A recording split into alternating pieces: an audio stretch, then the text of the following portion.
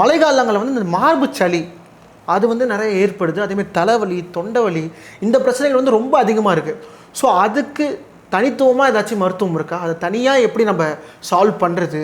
இந்த மழை காலம்னு வந்தாலே இந்த சுவாச பிரச்சனைகள் சேர்ந்துடுது. ரெஸ்பிரேட்டரி ட்ராக் இன்ஃபெக்ஷன் சொல்லிடுவோம். மழைக்காலம் வந்தாலே அவங்க அலர்ட் ஆகிடுவாங்க.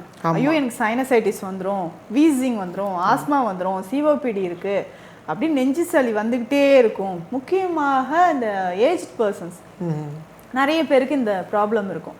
எனக்கு சளியிலான கோழை மாதிரி வருதுன்னு சொல்லுவாங்க.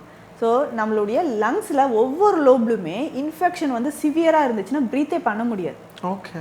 ஸோ அந்த மாதிரி மூச்சு திணறல் வர்றவங்களும் இருக்காங்க. ஸோ நெப்லேசர் வச்சுக்கிட்டே இருப்போம், பஃப் கையில் வச்சுக்கிட்டே சுற்றுவாங்க, நிறைய பேர் நம்ம பார்த்துருக்கோம்.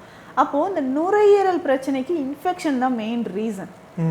எல்லாருக்குமே இது வர்றது இல்லையே. இப்போ இம்யூனிட்டி யாருக்கு குறைவாக இருக்கோ அவங்களுக்கு வரலாம்.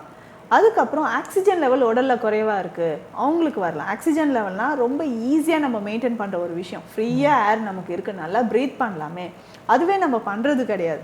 ரொம்ப பொல்யூஷனில் இருக்கிறோம், ஏசி அறைகள்லேயே நம்ம உட்காந்துருக்கிறது. ஸோ லங்ஸுக்கு இம்பார்ட்டண்ட்டாக இருக்கக்கூடிய ஹெர்ப்ஸ் ஃபுட்டு வந்து நம்ம கரெக்டாக சாப்பிட்றது. ஸோ இந்த மாதிரியான ஒரு லைஃப் ஸ்டைல் ஃபாலோ பண்ணால் இன்ஃபெக்ஷன் நமக்கு குறைய ஆரம்பிச்சிரும்.